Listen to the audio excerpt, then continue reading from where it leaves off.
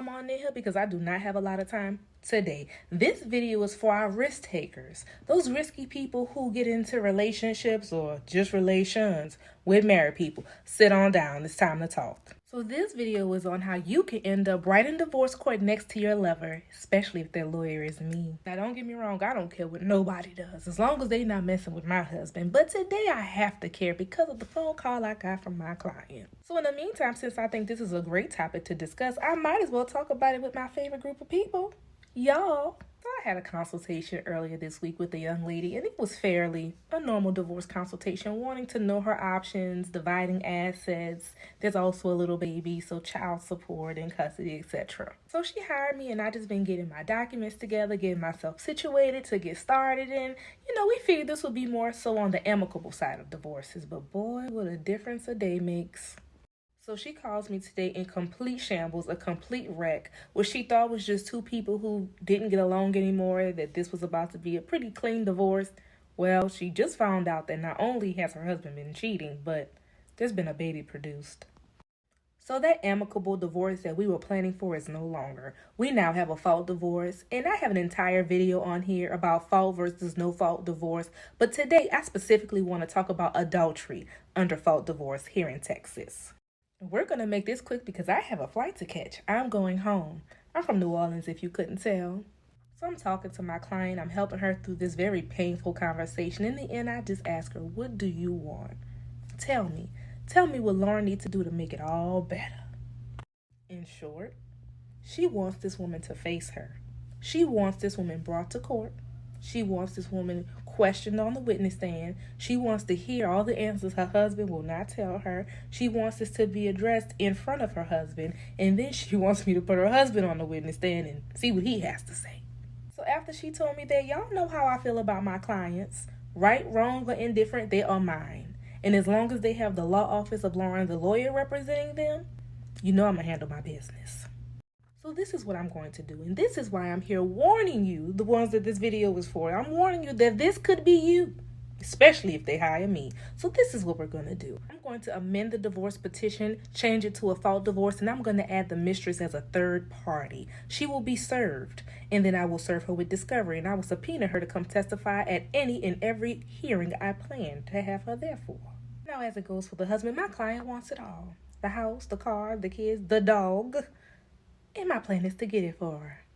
Now, I asked my client if she knew anything about this woman because I'm going to serve her. And she said, I found her on Facebook. And I know everything about her. So I said, okay, where is the easiest place for my process server to find her so we can get her served? She said, I know what church she go to. I said, not church.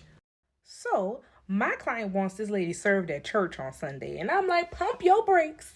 Legally, we cannot serve someone on a Sunday. My client knows that this lady is in the choir and they got rehearsal tomorrow.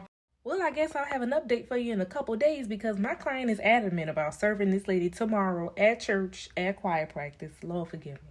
But until then, y'all please stay out of married people's beds. And I know that ain't none of my followers. I know this information is for you to tell somebody who knows somebody that need it. I know ain't none of y'all with this. Okay? Now enjoy y'all weekend. I'll see y'all for part 2. Bye. Welcome back, everybody, for part 2. You missed me over the weekend? Well, good things come to those who wait. One thing that never fails us is this algorithm. I am so happy that you're back. Come on, bring it in. Hugs, hugs, hugs. Before we get down to the nitty and the gritty of part 2, while you're popping your popcorn, there's a couple things I want to clarify from part 1, especially some things I saw in the comments. Here in Texas, you do have the option to file for divorce under fault or no fault, and I have an entire video explaining the different grounds for fault that you can file under. However, here we do not have alienation of affection.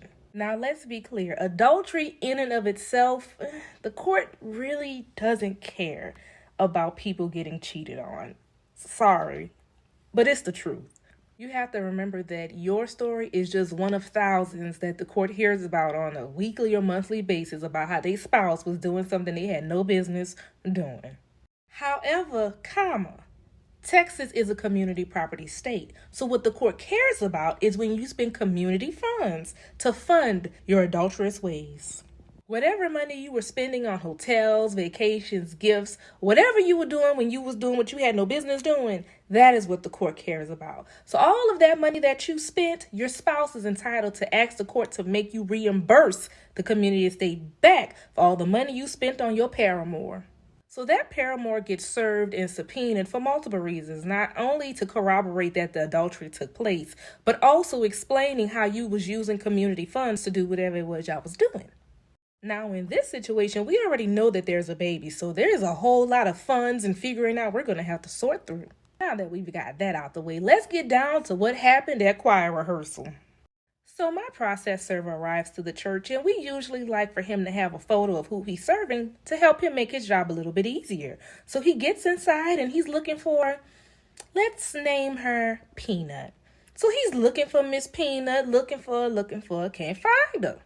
So he walks up to one of the members of the congregation and he says, "Hey, I'm looking for Peanut. Have you seen her?"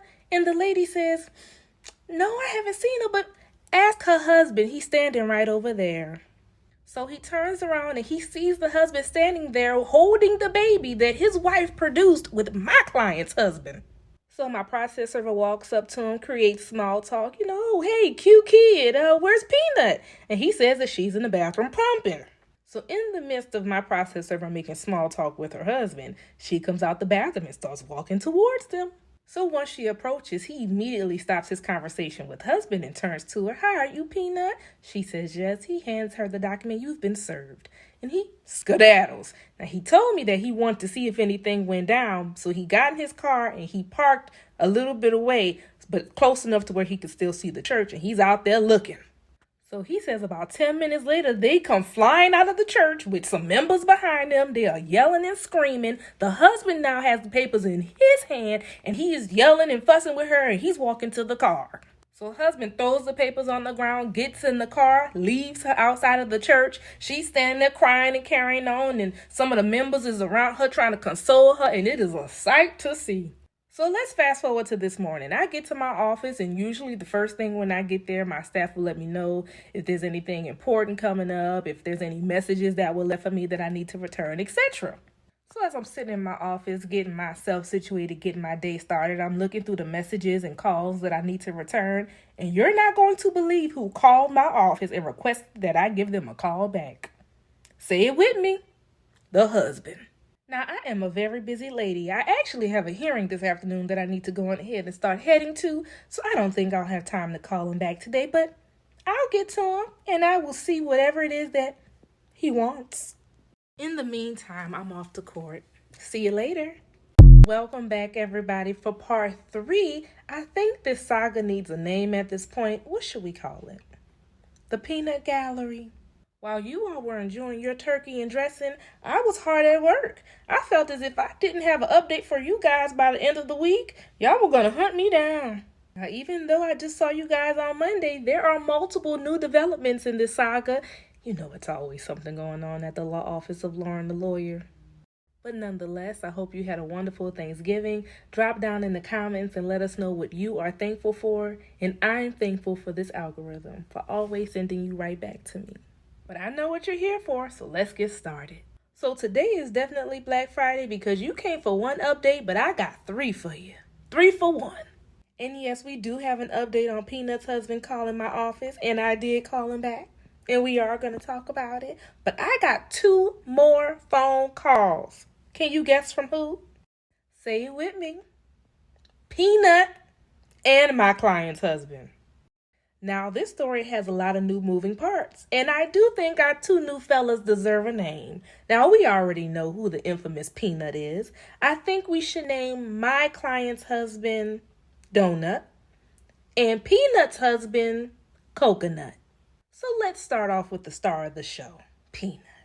So Peanut called my office, and she had the nerve to be a little pissed. So she calls my office demanding answers as to why is she in it and what does their divorce have to do with her.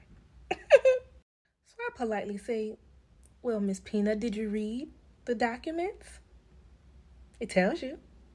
So she's on the phone with her attitude and she's like, well, what evidence do you have? Because I've already consulted with a lawyer and they said that you have to prove that we had sex in order to accuse us of adultery and blah, blah, blah, blah, bloop, blah, bloop.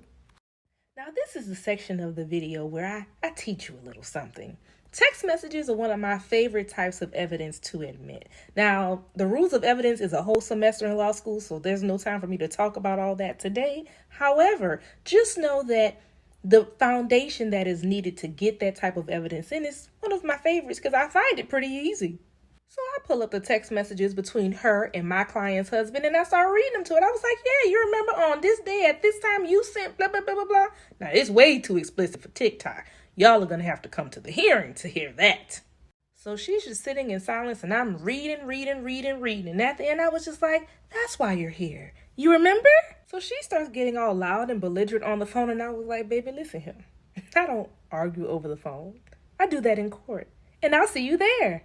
So before she hangs up the phone, she yells, you're going to be hearing from my lawyer. I said, good, because you're going to need one. Let them know I said, good luck. So I think that went pretty well. And about 30 minutes later, I get a call from Donut. Now, since Donut is actual opposing party in this case, I prefer to communicate via email, paper trail. So my office tells him to email me, and that's exactly what he does. And in that email, he says he does not want to go to court. He does not want to have a trial, and my client can have everything that she wants. Well, that's one hell of an offer, so my client has a lot to think about over the weekend, but let's get to Coconut. So I called Coconut back, and he's basically explaining how he read the documents that his wife was served with, and I was like, let me stop you here. Although I would love to give you clarity or provide you with whatever it is that you called my office for, there's a conflict of interest, and I can't talk to you. However, I can refer you to somebody that I think would be great. So I referred him to one of my trusted colleagues, somebody that I extremely admire and respect. Shout out to the law office of Ifia Nonabu. And I gave him her contact information and I wished him well. So there you have it. The world of family law is always full of surprises. My client and Donut, well, their case might end here, and maybe Coconut's case is just beginning. I guess this is a to be continued. Side note, so you guys are always asking me about my nails in the comments, so I wanted to show them to you. They're like a nude chrome. Can you see that? So fun fact, I actually own a press-on nail company, and this is one of the nails in the collection, and you guys seem to love it. So we actually have a Black Friday and Cyber Monday sale going on right now. So if you're interested and you want to go on the website and look at the sets, it is pressednails.com. And if you purchase, get your extra percentage off and use coupon code PEANUT. Lastly, I've received a lot of comments requesting that I discuss more custody and child support issues instead of just divorce. You ask and you shall receive. So that'll be coming up next. Enjoy y'all weekend. Bye.